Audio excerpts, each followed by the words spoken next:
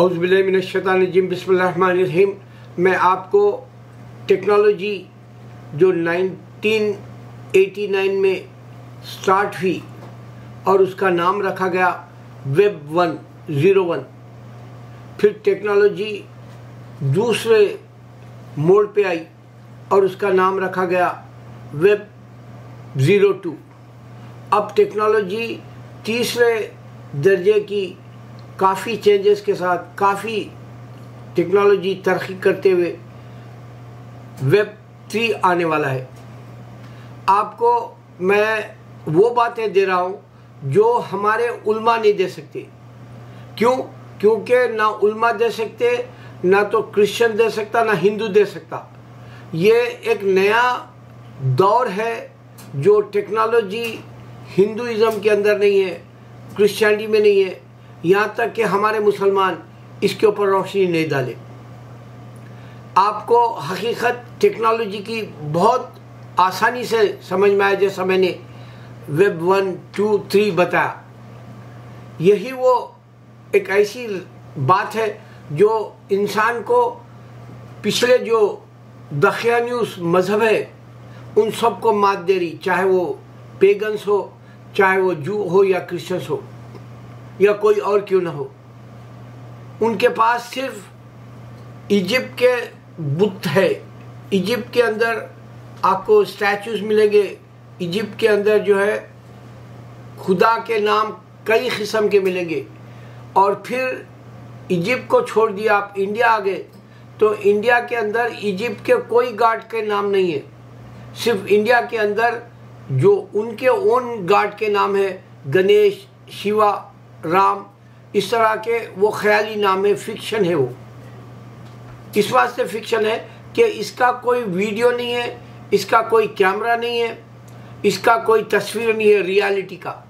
क्योंकि इंसान रियलिटी का कैमरा बना के टेक्नोलॉजी दे के प्रूफ करा के अल्लाह ने उसको कुदरत दी, कुन फयकुन जैसी हर चीज़ 99 एट्रीब्यूट के हिसाब से इसके अंदर ढल जाता है इंसान के रूह फूकने से। आदम की अल्लाह के नबी सल्लल्लाहु अलैहि वसल्लम ने बताया मैं खातिमुन नबी हूँ, मेरा नाम आदम की बॉडी बनाने के वक्त भी था अर्श पे। और नबी सल्लल्लाहु अलैहि वसल्लम इतने खूबसूरत थे कि आयशा रज़ियल्लाहु ताला एक बार सुई उनकी जो है ज़मीन पर गिर गई अंधेरे में, तो सिर्फ नबी सल्लल्लाहु अलैहि वसल्लम अपना चेहरे मुबारक को नीचे किया तो आप सुई ढूंढ ली थी, नीडल। गौर करो कितनी खूबसूरत हस्ती होगी मोहम्मद सल्लल्लाहु अलैहि वसल्लम की। यहूदी देखकर फौरन चेहरे को कहा कि ये हक वाला नबी है और आप मुसलमान हो गए, एक सहाबी। आपको मैं ये क्यों कह रहा हूँ कि अहमदी जो दावा कर रहा कि तस्दीक करने जो गुलाम रसूल है ये झूठ है, इस वास्ते कि नबी सल्लल्लाहु अलैहि वसल्लम के ढेर सारी ऐसी मिसालें हैं जो आपकी पर्सनालिटी को समझने के लिए आपके बाद कोई साया नहीं है।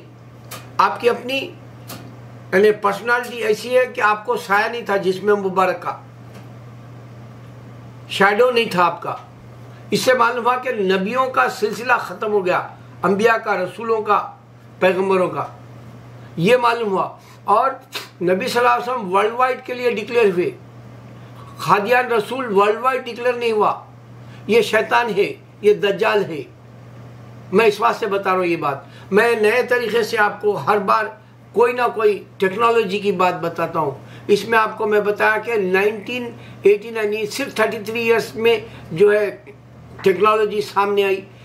हिंदू भी नहीं बता सका, साइंटिस्ट भी नहीं बता सका, या कोई पेशिंग गवाही करने वाला जो तारीख में है वो लोग भी नहीं बता सके कि ये क्या चीज़ है। सिर्फ अल्लाह की कुरान के अंदर है टेक्नोलॉजी, सूरह अल हदीद।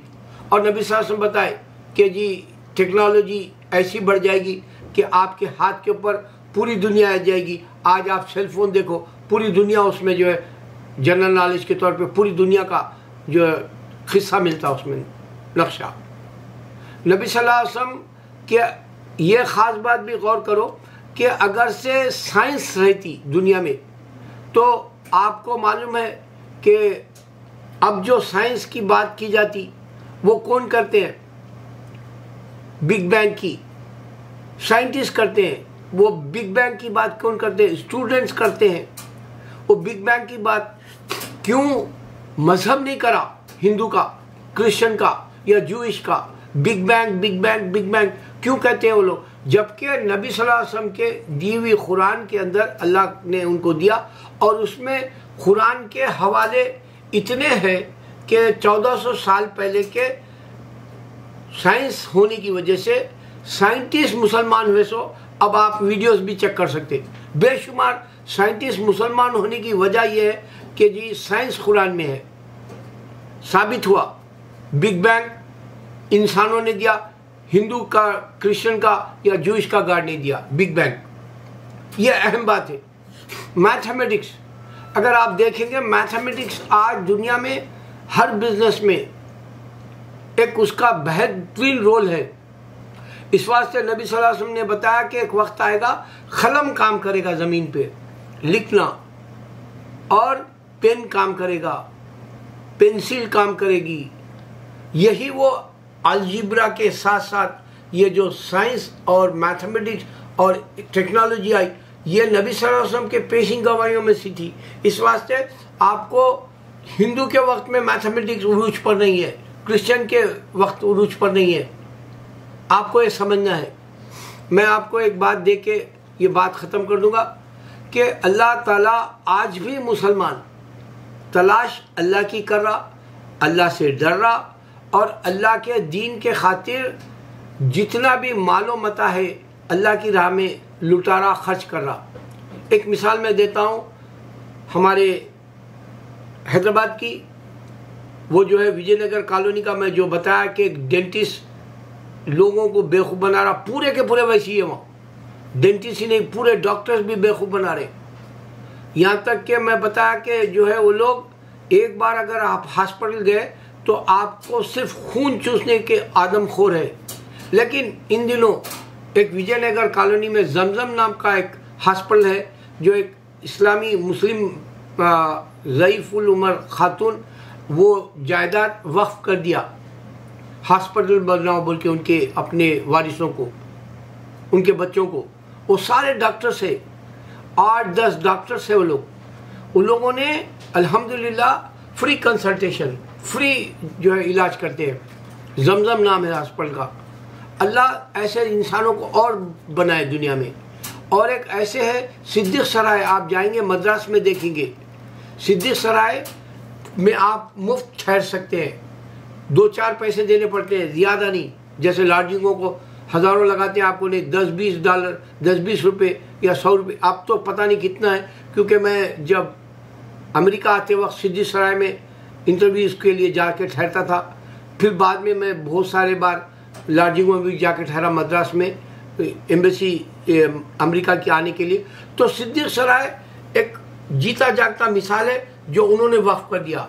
और सबसे ज़्यादा इंडिया में मुसलमान अल्लाह के रास्ते में खर्च करता है, अजीम प्रेम जी जैसे, और बेशुमार मुसलमान हैं जो अल्लाह की राह में पैसा लुटाते हैं। और मैं एक और मिसाल ये भी दूंगा कि बाद लोग खिदमत भी करते हैं। एक शिकागो में हम लोग जमात में गए थे, रात में आके एक साहब जो पैसे वाले हैं उनके कारों को तबलीगी जमात के लिए वो दे देते, आप लोग कहीं भी जाना है 40 दिन के, ये मेरे कार, ये मेरी वैन यूज़ कर लो करके। तो वो आए रात में आके पूरे बैतुल खला साफ़ किया, पूरे जो है जानिमाज़ों को साफ़ किया। तो इस तरह से अल्लाह के डरने वाले अल्लाह के रास्ते में पैसा खर्च करते हैं। अल्लाह के डरने वाले मस्जिदों को ढेर सारा फ़ैन लगाते हैं, नला लगाते हैं, बैतुल खला बनाते हैं, खालिने जो जानिमाज़ हैं वो देते हैं, और शबीने कराते हैं, और वहाँ के इमामों को भी पैसा देते हैं। एक हैदराबाद रेड हिल्स की तरफ एक ऐसी मस्जिद भी है, वो सिर्फ एक साहब वो पूरी मस्जिद का खर्चा चलाते हैं। वो किसी को चंदा जुमा के दिन जैसे चंदा करते वैसे करने नहीं देते, या रमज़ान में करने नहीं देते, सिर्फ एक साहब पूरा पे करते। अल्लाह ऐसे मुसलमान को और दुनिया में कायम रखे ताकि इस्लाम को हकीकत का रंग मिले और दुआएं हमारी कबूल हो। मैं जो बात कर रहा हूँ उसको सोचो। एक बार मैं 2 हफ्ते पहले मैं वनस्थलीपुरम में था, मेरे ज़मीनों के ताल्लुक से मैं गया था वहाँ। तो वनस्थलीपुरम में जिस रजिस्टर ऑफिस को मैं गया था, मैं बाहर आके ठहरा क्योंकि वो लोग पेपर वर्क कर रहे थे मेरे ज़मीन का। मेरे को जो है पावर ऑफ अटॉर्नी मेरे साले को देना था, तो मैं बाहर आके ठहरा पेपर वर्क के वक्त। सामने देखा एक हिंदू बेचारा गरीब है बैठा हुआ है, 20 हिंदू गुजर गए, एक ने भी पैसा नहीं डाला। मैं जब चाय पी के आया तो मेरे जो पैसे बच गए थे, मैं 20 रुपए की जो है नोट दिया, तो उन्हें मेरे को 8 रुपये दिया, तो मैं 8 रुपये उसको डाल दिया। तो उठ के खुशी से चला गया वो। मैं उसको रोकना चाहा, पूछना चाहा, तू जब से बैठा हुआ है, अब ये खाली 8 रुपये से तेरा क्या होगा, लेकिन वो जो है फौरन उठ के चला गया। तो मेरे को मालूम होता है इंडिया में गरीबी है, हिंदू दूसरों के लिए दुआ नहीं करता। अब जैसे पेंडेमिक है, पूरी दुनिया ख़त्म होने को है, नए नए बीमारियां आ रहे और इंसान को खोखला करके मार डाल रहा इंसान, कोई नहीं पूछ सकता अल्लाह अकबर।